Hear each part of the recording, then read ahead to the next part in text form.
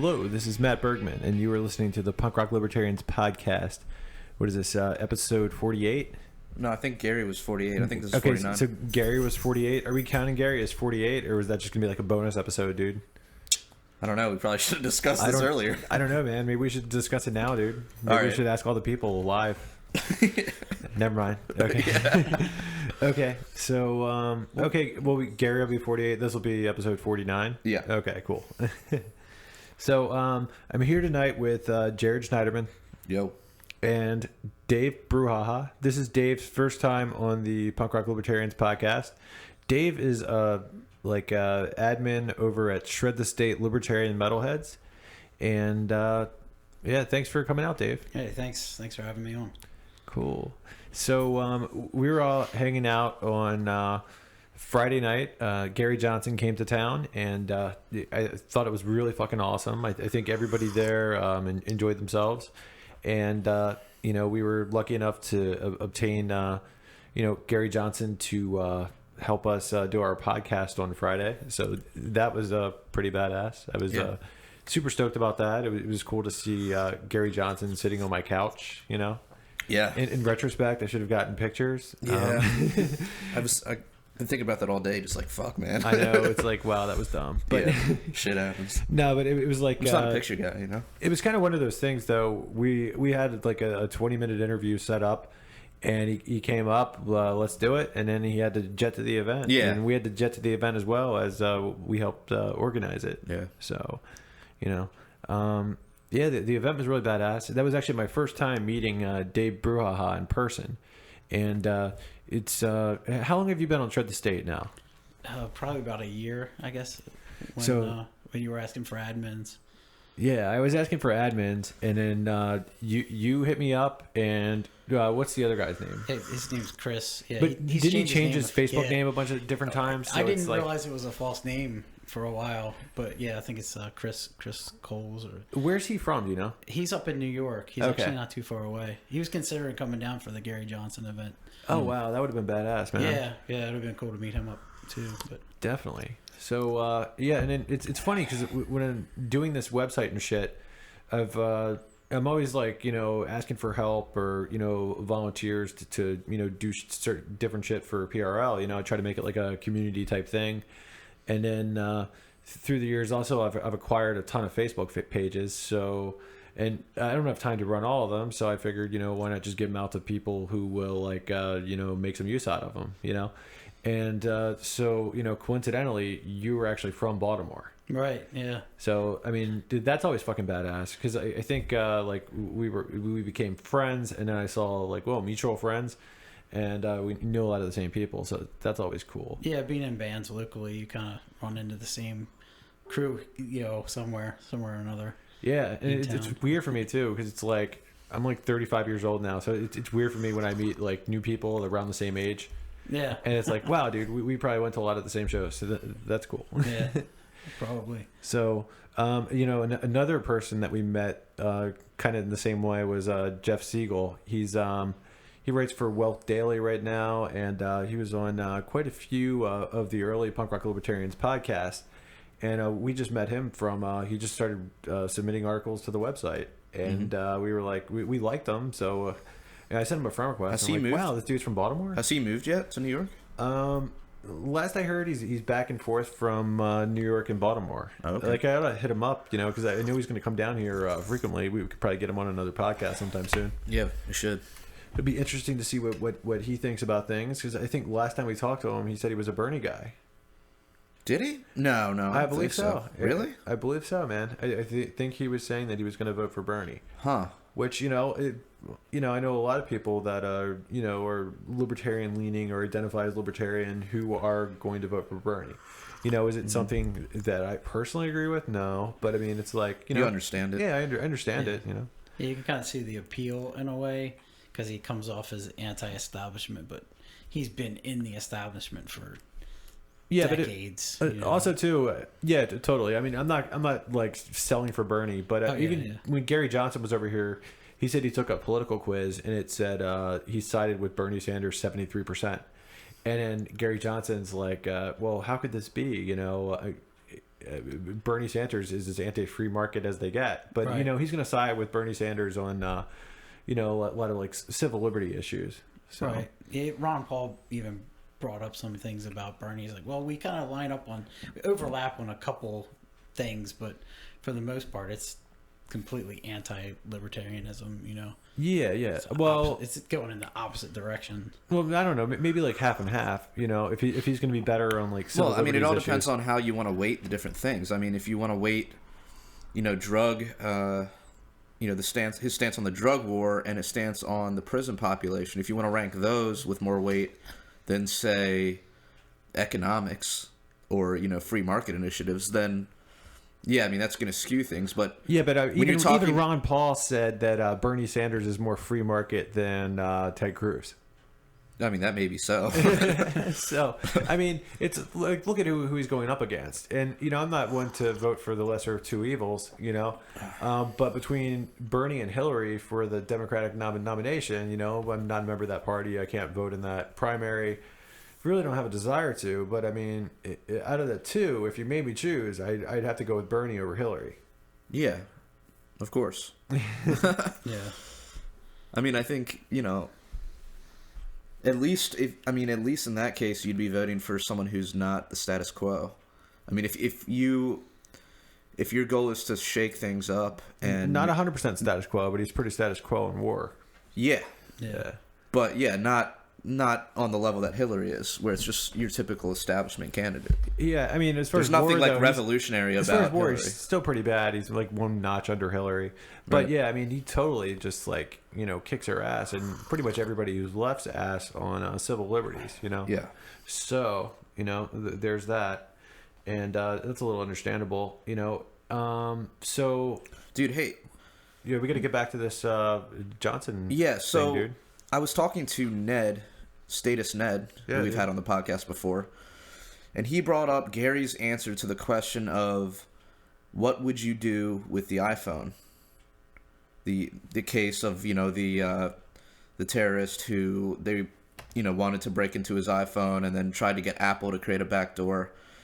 And Gary said, well, he definitely doesn't approve of Apple implementing a backdoor that they can access any time. However, he does think that if due process is followed, they should be allowed to break into a single phone.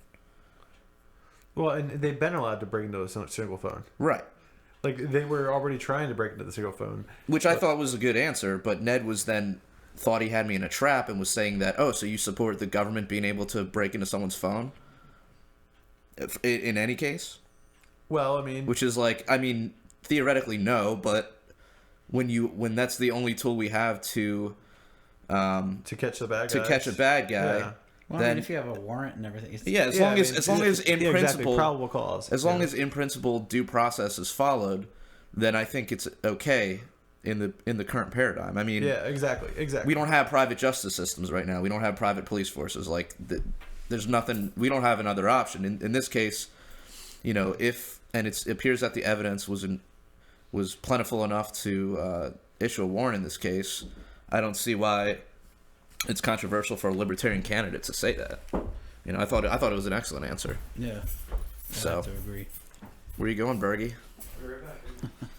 All right. Was there anything for you that stood out, Dave? Trying to think. I was kind of hoping you would kind of touch on people also running in the Libertarian Party. Nobody actually brought that up, but Other candidates? other candidates, I guess, like Austin Peterson and McAfee, I guess, are the two. We brought that up on the podcast. Yeah. We brought both those guys. Oh, Yeah. really? Okay. Yeah. So, I mean, I guess it's He not did that, say something at the thing about... I think he said, like, you know... He basically said the has- same thing he has to said on run the about podcast Yeah, about, like, yeah. having an ego and, like, I can't believe, you know... Didn't he also say something about having to run against other people? And that's how the Libertarian Party choose their candidates. Yeah, I thought mean, he said was, something. like, respectful. Yeah. So, I mean, he's not going to talk about, like, McAfee or Peterson for too long, because it's kind of like bad publicity is good publicity. And Right. then he might be banking... Honestly, I mean, he might be banking on some people don't even know about them. people who haven't been following it. Yeah, I mean, I honestly, like, I think we're more aware. He probably doesn't want to give them any publicity. Yeah. It's not very strategic for him, Oh, yeah, that makes sense. I mean, I think for us being, like, activists or whatever you would call us, like, we're more aware of Austin Peterson than, like, the average... Sadly, yes. Yeah. than, like, the average, like, Dude, Libertarian you don't like Party Austin member. Peterson, do you, dude? No. Okay, that's good. See? Yeah, he seems like a... We're probably giving him more publicity. What does he seem like, dude? He seems like a tool. Like, just He does seem like a watching. tool, dude. Yeah. I agree with you. So, I mean, are we giving Austin Peterson publicity? I don't know. I think anybody who listens to our podcast is probably going to think that Austin Peterson's a tool. Yeah. If you They're sit gonna through know who he our is. podcast, Unless they're one you of can the- relate to it and you find it enjoyable, you're probably going to think that Peterson's a tool. I mean, unless they're one of the I could be Peterson wrong trolls about that that. are all Okay. over our page now. Well, why don't you? Okay, if you like our podcast and you like Austin Peterson, please blow our minds and Send me an comment email. on it, or comment. Just comment on it, dude. Yeah. Or you can find Jared on Grindr. So yeah, man. Swipe right on it. Fucking, but John McAfee, man, I think he's an interesting character. Yeah. I don't know, man. How would you feel about him being Johnson's VP, or do you think he's just too crazy? I think he brings a little bit of bad publicity. I'll go that far. I mean, he'd definitely be Yeah, I easy mean- for... I mean... It'd be easy to attack. Yeah, but I mean, who's attacking the Libertarian But, I Party mean, candidate? At the same time, bad publicity is good publicity when you're True, getting yeah. no publicity. You Yeah. know, and at the same time, I think McAfee coming out in the media a lot recently, with the whole San Bernardino cell phone thing and offering to crack it for the government, making them look like total imbeciles. Yeah. And then they didn't That was respond kinda back cool. to them. I like yeah. that. I like that. Yeah, I think That's if fucking awesome. that's But what's... recently he's been a Superman, man. Yeah. He's been creating more waves than Gary Johnson, I think, out in mainstream media as of recently. Or at least comparable to that. Not as much for running for president, but over this Apple issue, which is pretty badass, man. Right. So I think he could bring something to the team. I would want. I think Gary's kind of the best person to be out in the forefront. Right. Yeah, he pulled that 1% last time. So he's got the biggest name out there. I'd have to imagine. Yeah, totally, man. But yeah, I saw they did some sort of... at one of the debates, I think, they did a, like, primary, like a Libertarian Party primary. I don't know if it was at the debate or if it was actually a legitimate, show up for a primary thing. But, yeah, I mean, he, like, blew everybody away. But they did, like, some kind of ranked choice voting. Like, in this graphic that I saw, it was, like, he had, like, most of the number one picks. And then, like, I think McAfee had, like, most of the number two picks. Or whatever it was. And then they had some sort of way of, like, calculating a score or something. But, I mean, Johnson, like, blew everybody out of the water. Johnson blew everybody. Yeah. So In Soviet Russia, Johnson blows you. yeah, man, it's fucking Austin Peterson, though. Man, what a tragedy that is. You really hate that guy, don't you? I had to change the topic yesterday or Friday. It's I could sense Gary getting kind of uncomfortable. It was maybe, funny though. I man. thought it was hilarious, but he definitely didn't want to be like, yeah, that guy's a total dickbag. but he wanted to say it, Yeah, totally. Yeah, man. But I do think, one thing that, Gary was saying at the meetup was, this is going to be a great election for, the Libertarian Party. Because, it's looking like there's a lot of people that were backing Bernie that are probably going to get mad when the DNC fucks him over. And they're going to look for somebody else. And there's Gary Johnson. Yeah. And then there's also going to be like 5 or 6 Rand heads, who are disappointed now. But I mean, there's going to be some Rand Paul people, and if Trump gets the GOP nomination, there's going to be a lot of people who are, granted, there's a lot of people that love Trump, but then there's also going to be a lot of people that are just like, man, this guy's insane, and they're not going to vote Democratic. So they could be looking to go Gary as well. Right. So, he's looking like he's going to make a bigger dent this time around. And if he can actually get into the debates, wow, that would be crazy, insane, awesome. That would be fucking awesome. Totally. Yeah, so this could be the year for libertarians. Who knows? I don't know. Hopefully. Yeah, that's what I'm looking at. Yeah, I'm hopeful of that too. Just seeing, because I don't see like the general public coming out. Like there's going to be pockets of people that love Trump and they're going to love the hell out of him, but that I don't see that majority coming out and beating Hillary. You know, like there's people are going to go look back and say, well, things were pretty good during the Clinton era, so at least she's been in politics, and they'll go to their like safe place and go like, okay, well, at least this is something familiar, and I think that's where she's going to get more votes than Trump if it's up to those two. Well, there's going to be some of that, but Trump does kind of have that crazy. He's a phenomenon, man. He's even getting some like black people and some Hispanics behind him. I mean, it's just like, he is really pulling from everywhere, sadly, It's really odd to watch. Sadly, it's insane, but, I don't like to complain about him too hard, because for everything I can say about Trump, I can say it about Hillary in the same way, or maybe even in a different way, She's Did you hear about Trump's recent rally where he had everybody raise their hand and pledge to vote for him? Yeah. They put their right hand up. Dude, he's pulling some like crazy Hitler shit now, dude. Wow. They put their right hand. Dude, I was thinking, man, now is like, if Trump, I think Trump is more of a reason to arm yourself than like any liberal. Because if Trump's gonna pull off some like crazy Hitler shit and start like concentration camps, I'm not saying he's going to, but if you want to paint him, I'm not saying he's not going to. I'm not saying he's not going to, but like that would be more a reason to arm yourself than like, the liberals allegedly wanting to take away your guns, which never seems to happen anyways. Yeah. So. Well, I just thought about that. We should still be vigilant about it. We should always be vigilant. We should always be armed. But maybe that's why it hasn't happened, because enough people are vigilant about it. Totally.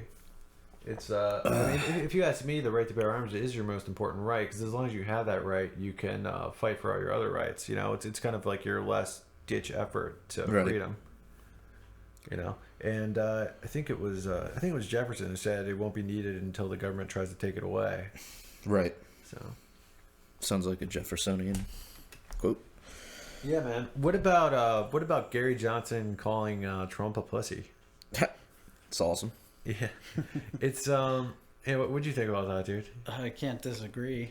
Yeah, I didn't watch the clip yet, but yeah, it's I believe it was something like, Trump was a pussy because he needs a wall at the border, and it's like the other night, Friday night, Johnson was speaking, and he was talking about in 2012 when he was in the GOP debates, and everybody was whining about the border, and he's like, I was a governor of a border state.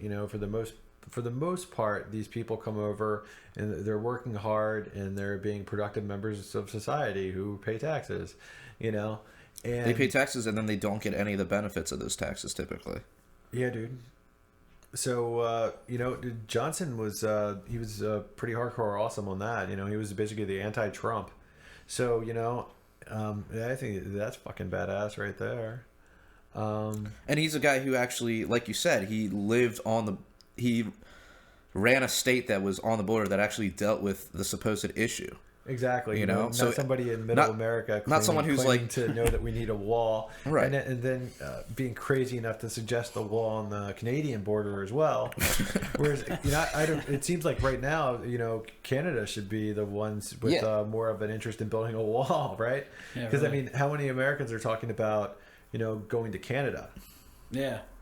Yeah, but they've been pretty open to like... I've heard that in the last 3 cycles of elections, though. Like, if so-and-so gets the presidency, I'm moving to Canada. Like, that's always the thing, but nobody actually. I remember it was like even more prevalent. It was probably most prevalent when Bush got reelected, I think. Yeah. But who moved, dude? Who actually fucking moved? Yeah, exactly. Like, Michael Moore's still here. I mean, then there were like the really stupid conservatives that were like, scared of Obamacare. Well, like, if Obamacare gets passed, I'm moving to Canada. It's like, hello, they've got full-blown socialized medicine. Yeah. But it's which is probably still better than Obamacare. But they're not thinking that way. Pretty fucking bad. They're not. It's like it's just they're just very, retarded. Very ignorant. Yeah.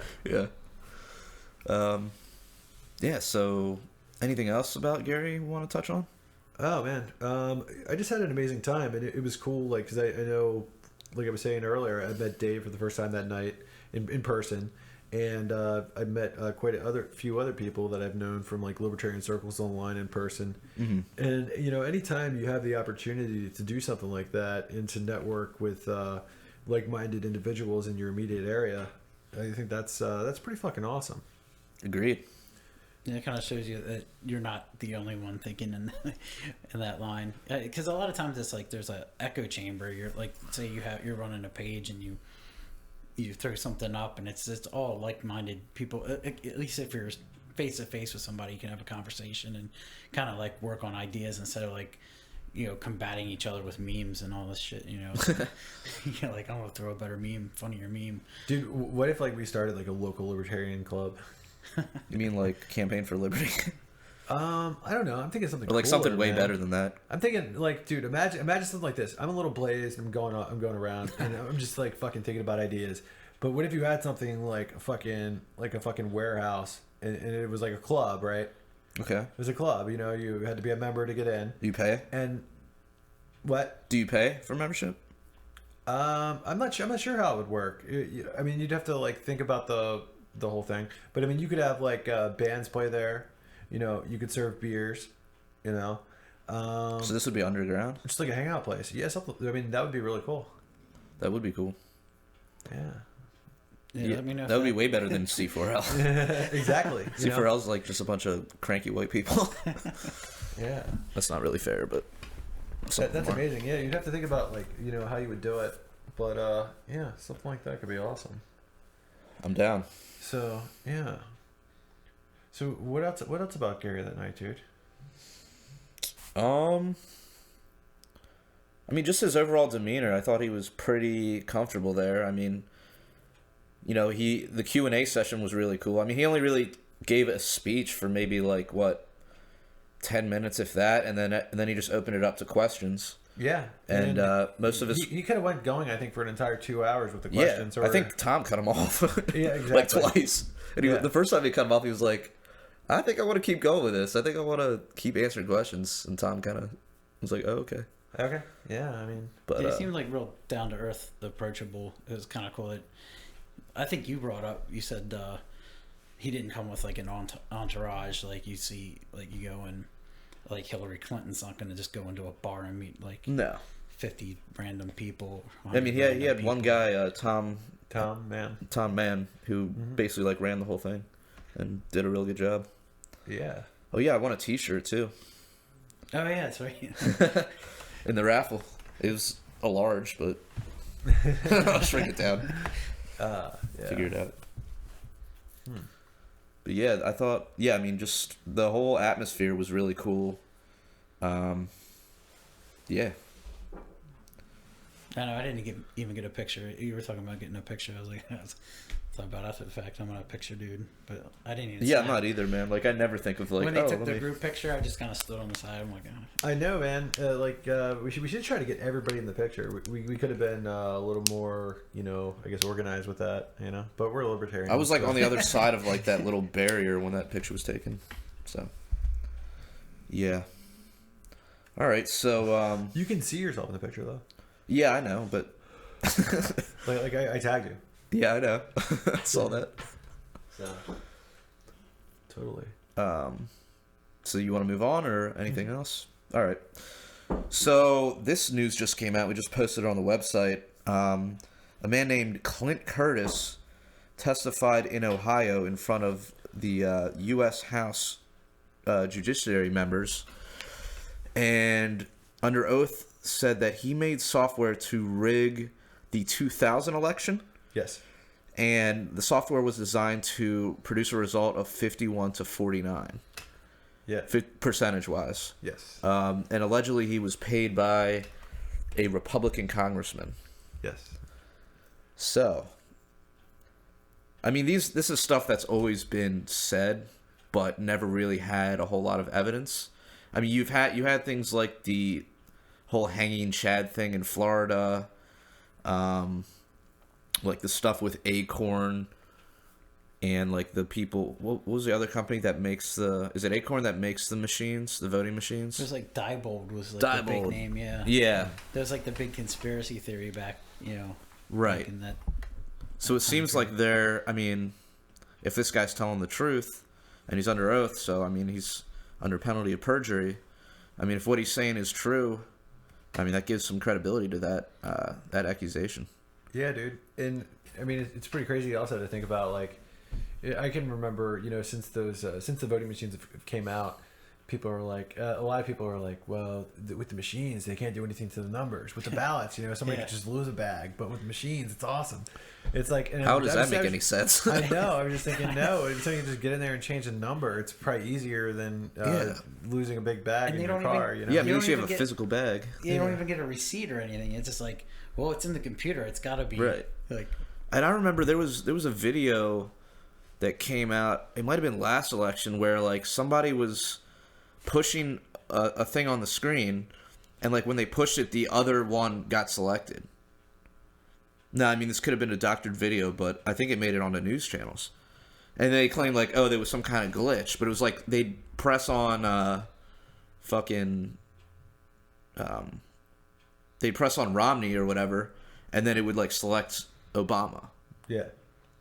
So, I mean, yeah, I mean, there's all sorts of things that can go wrong and be hacked when it comes to the digital devices. Whereas, yeah, I mean, with the ballots, they could lose a bag, but I mean, there's at least a paper trail that can at least be tracked down. Some video might surface of them burning it, but like when it's digital, like you just get someone to hack into that shit, and there's no trace of it really. I mean, without serious investigation. And then you got like dead people voting, and I think I just saw something on Ted Cruz he got nominated with like some people apparently went to 2 different voting stations without showing their ID. They just go and vote, and then go to another polling station and in the same area or a different station. A different station. Oh, okay. Yeah, they'll go in one place and go into another place and don't take their ID. So they're saying like they got a lot of double votes for just him to run, not as president, but in the Senate. Well, did you see that Triumph the Insult? Dude, I was just thinking of that dog video where like he trails Ted Cruz around to like 6 dates on his campaign in I think it was New Hampshire, and so basically Ted Cruz in one point, or actually at a couple points, he was asking people to vote for him 10 times. Well, he said like vote for me 10 times, and then he elaborated on it. He was like, if you could just persuade 9 of your friends to vote for me, you can vote for me 10 times. But maybe he meant it in some other way. I don't know. Yeah. Dude, that was hilarious when he just kept like quoting him as he was saying it, like saying it along with him. Yeah, exactly. that was amazing, dude. Yeah, there was a Triumph where they went into colleges and started to be like anti-PC. Oh, I saw that. Yeah. And that was the SJW one, the social justice warrior one. Yeah. That was brilliant, dude. That was great. Oh god, I'm so glad he's back. Definitely. So I have a note here to talk about Bernie Ron Paul supporters. I think that was your idea. Yeah, that was that whole thing. I keep seeing a lot of people saying like, well, you like Ron Paul, you liked Rand Paul, like vote for Bernie, he's anti-establishment and all this. Like I kind of see the draw, to Bernie, like because he comes across as anti-establishment, but he ends up, he is the establishment, when it comes down to it. Well, how many of those fucking people voted for Ron Paul though? Yeah, I know. Probably none of Dude, them. if all the people that stood behind Bernie for being revolutionary, in quotes, why the fuck weren't they behind the fucking Ron Paul revolution that was actually revolutionary? Yeah. Yeah. I know. You're seeing it. They're getting, you're starting to see them get upset about like all the super delegates, and they're like, wow, they're starting to notice that, the cards are stacked against them, and, everyone that was following Ron Paul, back in 2012, they saw it happen. You're like, right. We're not surprised by it. Yeah. Like they just have their own different, they don't have the super delegates in the Republican Party, but they were changing the rules as Ron Paul was going state to state, so he would lose. Yeah. It's kind of like a little bit different variation of the same game. Sure. You're going to protect the establishment candidates. Yeah, I remember posting on, like, when people first started coming out for Bernie, I remember posting on somebody's status, I was like, You watch. The DNC is going to do the exact same thing to Bernie that the GOP did to Ron I Paul. can see it happening. Yeah, You're I like, mean, it's not. This isn't gonna. And then you look. Okay, she starts out with like 500 super delegates before anything even happens. It's like, she's got a head start of like 30% before anybody even made a vote. right. And then there was that like weird coin flip shit, and Yeah, like 6 coins. yeah. Yeah, it's fucking insanity. I mean, even that the Democrats waited so long to even have their first debate, and then their first debate was only like 4 people participating. Well, they had Jim Webb. They had fucking O'Malley. There might have been like 1 or 2 other people, but it wasn't Bernie like. and Hillary, and then maybe, Well, that's what I maybe mean. There was, Besides, maybe there was one more. I think it was just 4 though for their first debate. Maybe. Where's it? Yeah, but it wasn't like with like the 11 that were like in the Republican Party. I think there was more though, because I mean, wasn't there More than 11? I mean, I know there was like an early debate with like a lot of people in there, and then there was the late debate. It seemed to have a lot of people in there as well. I don't know. Either way, So, I mean, at least within the GOP, there seemed to be more, I guess, more diversity, but Yeah, to a degree. or at least they let more voices get up there. Yeah. But the GOP is so split right now, though. It seems like they're like, you got your Marco Rubio. He's your establishment guy, like your George Bush kind of guy, like your straightforward Republican, typical Republican candidate. And then you have your so-called outsider in Trump.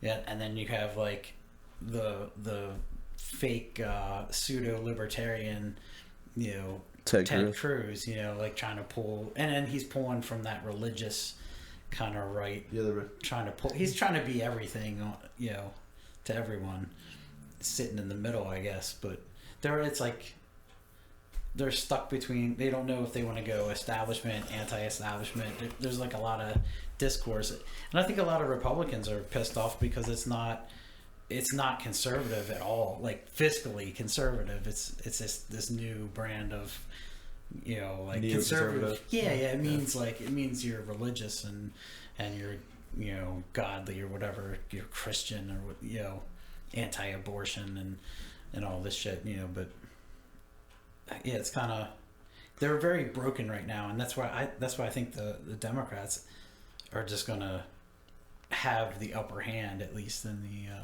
the general election, out of the 2 major parties. That's also going back to like why maybe, but how many of those people? I don't think many of those Republicans are going to go vote for Hillary. No, yeah, that's where I think the libertarian. Actually, out of all the candidates, maybe they would vote for. Maybe Trump could be the only one that could scare them into voting for Hillary. I don't know. Yeah, think about that. Yeah, that's what I'm saying. A lot of people that are in the middle but are afraid to go third party, they might lean to Hillary because they're like, this guy's kind of nuts. I'm just gonna. Yeah, you're gonna get some of that. So you mean like right-leaning centrist kind of people? Yeah. Yeah, you're gonna want to go with the tyranny that you've already experienced Hillary. Right. Yeah, because I think people are afraid to go in a direction that they haven't gone before. Like even with an quote unquote outsider on the Republican side, they're still going to be afraid to kind of go outside of their little political bubble. And I think people labor too. Or maybe they won't even bother to vote at all, though. Yeah, or to stay home. Well, that's the thing, though. But I think people helps. might be so scared that if they don't vote, Trump will get elected, and which is also the ever pervasive idea of a wasted vote would maybe deter them from voting for the Libertarian Party. Although if they all voted for the Libertarian Party, they might actually have a chance of winning. Yeah. But I mean, in Maryland, like people bring that stuff up here, but in Maryland, when's the last time we went for? I think it was Bush Senior. It was 1988. Bush Senior was the last Republican that won Maryland, and before that, it was Ronald Reagan. So it's been since 1988 that this state has ever even gone red. So it's like if you're gonna vote for a Republican, it's almost just as much of you could consider that a wasted vote. Yeah. As much as you can consider. That's kind of strange though, because we have elected Republican governors. Yeah. Which is really surprising. Yeah, that really, when Hogan won, that floored me. Yeah. I mean, it's a small step in the right direction, I think, because O'Malley was. Yeah, I mean Hogan's still kind of not great. No, yeah, like. But yeah, I mean it's better than like just complete fascist O'Malley. Right, You know? and the thing is, there's at least we have some kind of form of checks and balances here. Yeah. You know, like it's not all Democrats like yes, straight down the line pass. Right. You know, you want a little bit of gridlock, so you want a little bit of discussion, and before like all these, you know, laws are passed without even any kind of second thought or actually reading them. Sure. You know, you want some kind of discourse, and I do like the fact that he's looking into changing the districts, because District 3 is, if you look online in Maryland, is like the worst gerrymandered district in the whole country. That's like they have on the list of 5, it was number 1. Yeah. And it's nuts. It looks like a whirlpool or something. It's just like I'm in District 3. I'm in Parkville. It goes down into Prince George's County, and it's like it's all over the place. And it's like if you can pick your voters, then you know. It's like as being in a band. It's like I'm gonna have a battle of the bands. I'm gonna host it at my house, and I'm gonna invite all my friends and family and all these other bands and see who wins. Right. Yeah, it's gonna be it was gonna win by popular vote, like by. And you're not reflecting the actual like demographic of that area. Right. You're just gonna like, okay, I'm gonna throw in a couple Republicans into my Pool, my yeah. district, but we're gonna spread them out so. You know, the Democrats always win. So Right. just locally politics, I think you have more of an effect, like with your vote, and you can kind of change things a little bit more than in a presidential election. And unfortunately, that's when most of the voters go out for president. They don't even bother to change their local politicians. That's why you see people that are career politicians in there for like 60 years, you know, and they're the ones passing these crazy ass bills that, you know, they're the ones that are putting us in these wars. You know, it's like everyone pays attention to the president. It's like, hey, look locally. You have a big effect on that. Sure. You know, kind of went on a tangent there a little bit. No, that's good, man. Yeah. Anything to add, Matt? No. All right.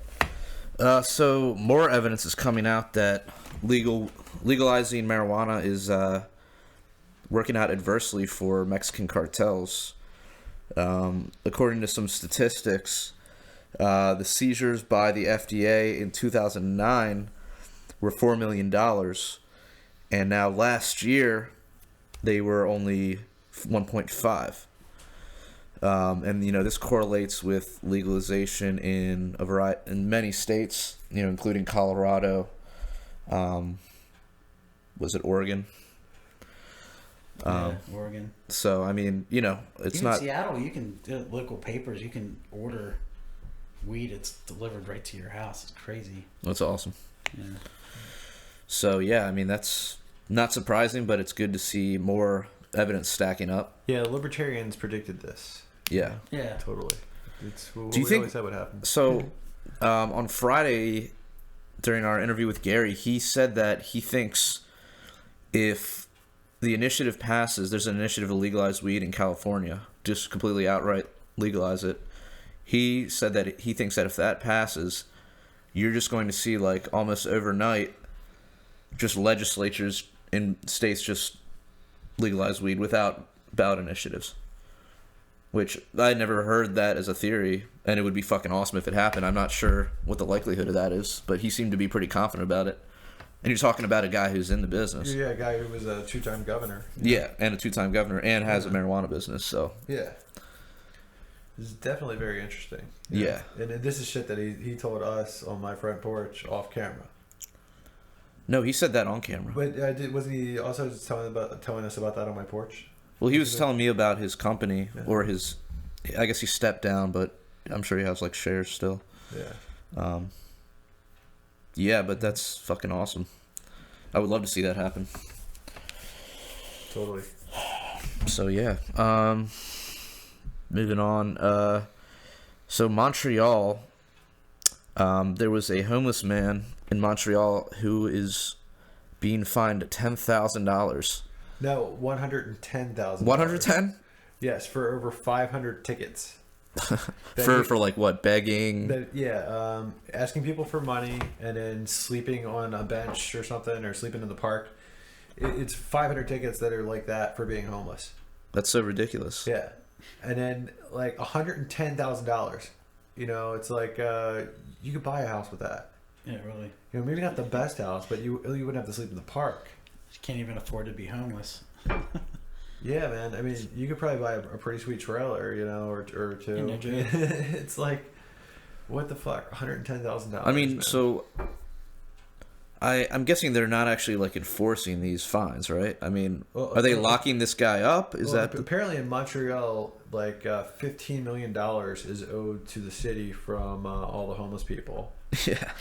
15 million. But I'm just saying, like, are they locking people up? You could build those motherfuckers like a bum ass, like a fucking club, mansion. Yeah. Like a fucking castle, just totally. And that money's probably already spent too. Like, oh, we're counting on this money from the homeless. Right. I mean, that's probably what it is. It's probably helping balance their budget. That's just insane. You know, and shit like this is going on all across the country. You know, in plenty of places. You know, people have been arrested for feeding the homeless. You know, after the government it's nuts. In LA, people were getting. I think there was like there was a guy who was going around building tiny houses for homeless people, which is fucking awesome. Yeah. And then the government was coming and taking them away. Yeah. And then also, you know, stopping people from living in RVs, cars, which is like, where the fuck do you want people to live? I mean,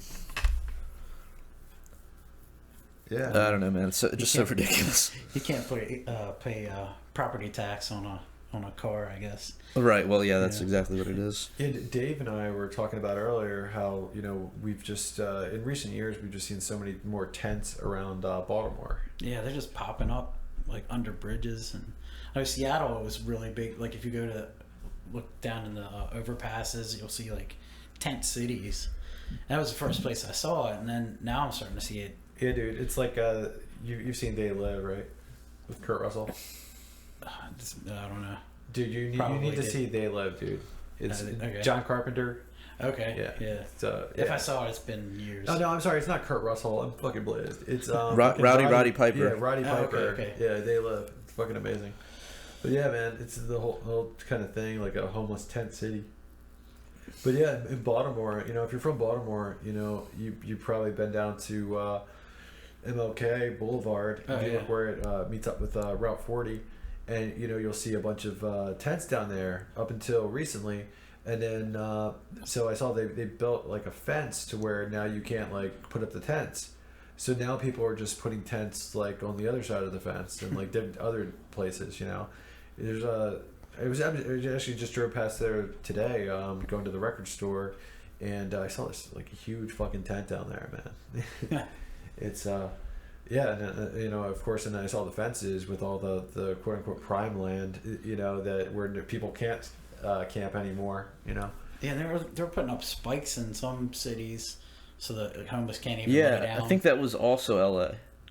Yeah. I mean, I think they have a big homeless population because like it's so warm out there, and you know, it's a lot easier for people to live outside when it's warm. So. But I mean, that's just not how you deal with the issue, man. I mean, there's other solutions besides like just, you know, just throw. Even the Super Bowl, I think they were like ushering the homeless away so like it wouldn't screw up the camera shots. What in like San Francisco? Yeah. Was it? Is that where the last Super Bowl was? Yeah. Yeah. Yeah, they were. Yeah. That's so crazy. Yeah. We don't. Well, it's because they don't want people to be aware of your homeless population, you know? This doesn't exist. Know that you don't know what the fuck you're doing. If you don't see it, it's not there. Yeah, that's so ridiculous. All right, so free the nipple. In New Hampshire, 24 women went topless on Hampton Beach, New Hampshire, to protest not being able to be topless. Yeah. What do you think about that? I think that's a legitimate claim, you know. Why should one sex be allowed to be topless and the other not? And I think it's pretty cool. What? Keep going. I'll ask. I think it's cool that the Free Staters are the ones like behind this, you know. They got 24, you know, 2 dozen ladies, and it was probably a fun event to attend. But do you think so? I mean, if you support this, do you think that men should be able to walk around with their dicks hanging out? That's different. Well, not really though, because like a woman's nipples is like a sexual organ, whereas like a man's nipples are not. I mean, it feeds babies. I mean, you can see everything. Well, but it's the sexual nipple. too, dude. I mean, Yeah, but I mean, you can see everything but the nipple on television. It's like, right. What if you like superimposed a male nipple over a female nipple? Then would you be able to show it on television? Right. You know, it's like Yeah. I mean, I think you should be able to walk around naked if you want. Yeah. I mean, why should it be against the law? Like, Yeah, but I mean, your first question was it different? Yeah, I think it is a little bit. all right, different. it might be different in a certain degree. To a certain degree. Should you be allowed to walk around naked? I mean, I think you can just let cultural taboos deal with that. You don't have to throw people in jail. Yeah. I mean, it's one thing if you're going around like jerking off, you know, like then you can probably get thrown in jail. Shouldn't you be free to jerk off, dude? Shouldn't you? You don't But believe it's in not- masturbation freedom, dude. What's that? You don't believe in masturbation freedom? Should you throw somebody in a rape cage for jerking off?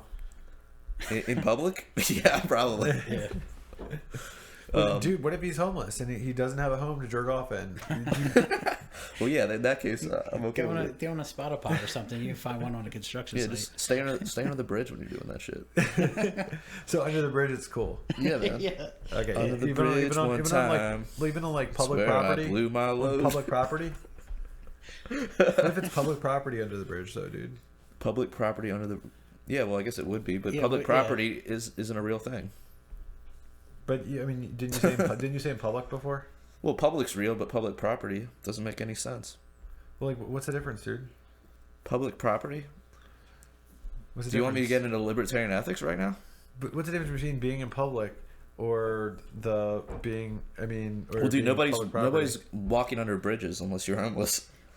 I don't know, dude. What if you're just taking your family for a wholesome stroll under the fucking on, bridge, kids. dude? Then you should probably have your kids taken away from you. Yeah, hey kids, let's go see how the other half lives. You know, like one of those kind of things, dude. And Yeah, and then You it's know, just and some you- homeless dude comes up and starts jerking He's off on jerking your off, son. dude. I know. And the What do you homeless, do? And in your world, it's like it's cool to jack off under the bridge. You have to have a jerk off curfew. is like- that's a after, clash of- after 10 o'clock, it's cool. Jerk off as much as you want. Because no one's going to bring their kids after 10. Okay. So curfew is the key, says Dave. Yeah, it's like jerk off right. It's curfew. like porn on. It's like nudity on TV. Like Yeah. you're allowed to have nudity on cable after like 10, right? Because your kids shouldn't be up watching TV. Okay, so nudity in public. No, under the bridge? jerking off in public. Okay, so jerking off in public. Nudity Okay, all the sorry. time. Nudity all the time, but jerking off after hours. Is Yes. cool. So it took about an hour before this went totally downhill. Dude, right? these should all be laws, and we should enforce them at gunpoint. That's how the crazy laws were made in the 1800s. Like you can't bathe your donkey in your bathtub, or you know, like these crazy laws. Or like walk down the street with an ice cream cone on Thursday. Yeah. That's all we got, man. Cool. So I guess that's about it for this week, and I'd like to thank Dave for coming out. Yeah, thanks for having me. It was fun. Dave came out. Yeah. Dave came. No. So until next time, live free.